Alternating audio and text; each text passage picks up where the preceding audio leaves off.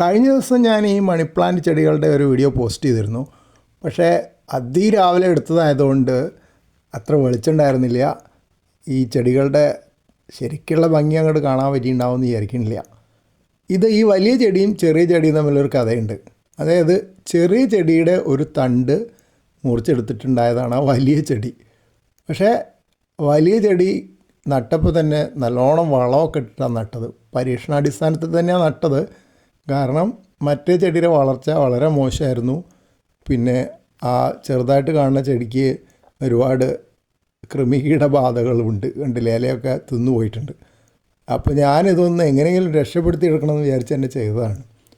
കുറച്ച് ദിവസം കഴിഞ്ഞ് നോക്കിയപ്പോൾ ആഴ്ചകൾ കഴിഞ്ഞിട്ടുണ്ട്, രണ്ടും തമ്മിൽ പ്രകടമായ വ്യത്യാസമുണ്ട്. അപ്പോൾ പിന്നെ രണ്ട് സ്ഥലത്തായിരുന്നിരുന്നത്. അപ്പോൾ രണ്ടും ഒരു സ്ഥലത്ത് കൊണ്ടുവന്ന് വെച്ചു. ഒരു താരതമ്യ പഠനം തുടരാമെന്ന് വിചാരിച്ചു.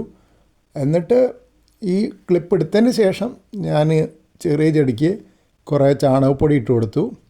ആ ചെടിച്ചട്ടിയിൽ മണ്ണ് കുറവാണ്, അപ്പോൾ അത് കുറച്ച് പോട്ടിംഗ് മിക്സ് വെച്ച് ടോപ്പപ്പ് ചെയ്യുകയും ചെയ്തു. അപ്പോൾ ഇനിയാണ് അതിൻ്റെ യഥാർത്ഥ നിരീക്ഷണം തുടരുന്നത്.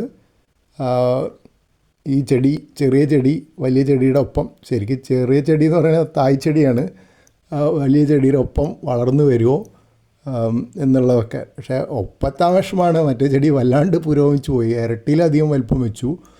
കാരണം വളമില്ലായിട്ട് തന്നെയാണെന്ന് മനസ്സിലായി. ഈ ചെടികൾ ഈ ചെടി, ആദ്യത്തെ ചെടി ഇവിടെ കുറേ മാസങ്ങളായിട്ടുണ്ട്, തീരെ മുരടിച്ച് നിൽക്കുകയായിരുന്നു. അപ്പോൾ ഞാൻ വിചാരിച്ചു ഈ ഇനം മണിപ്ലാന്റ് അധികം വളരില്ലായിരിക്കും. മറ്റു മണിപ്ലാന്റുകളൊക്കെ വളരെ നന്നായിട്ട് വളരുന്നുണ്ട്, പക്ഷെ അതിന് വലിയ വളം ചെയ്തിട്ടൊന്നുമല്ല, അങ്ങ് വളരുക തന്നെയാണ്. ഇത് വളരെ ഭംഗി കൂടുതലുണ്ടെങ്കിലും വളർച്ച ഭയങ്കര കഷ്ടമായിരുന്നു. പക്ഷെ ഇപ്പോൾ സന്തോഷമായി, ഈ ചെടി നല്ലോണം വളരാൻ തുടങ്ങിയോണ്ട് ഇനി അടുത്ത ചെടിയും കൂടെ അങ്ങനെ ആക്കി കിട്ടുക എന്നുള്ളതാണ് എൻ്റെ ലക്ഷ്യം.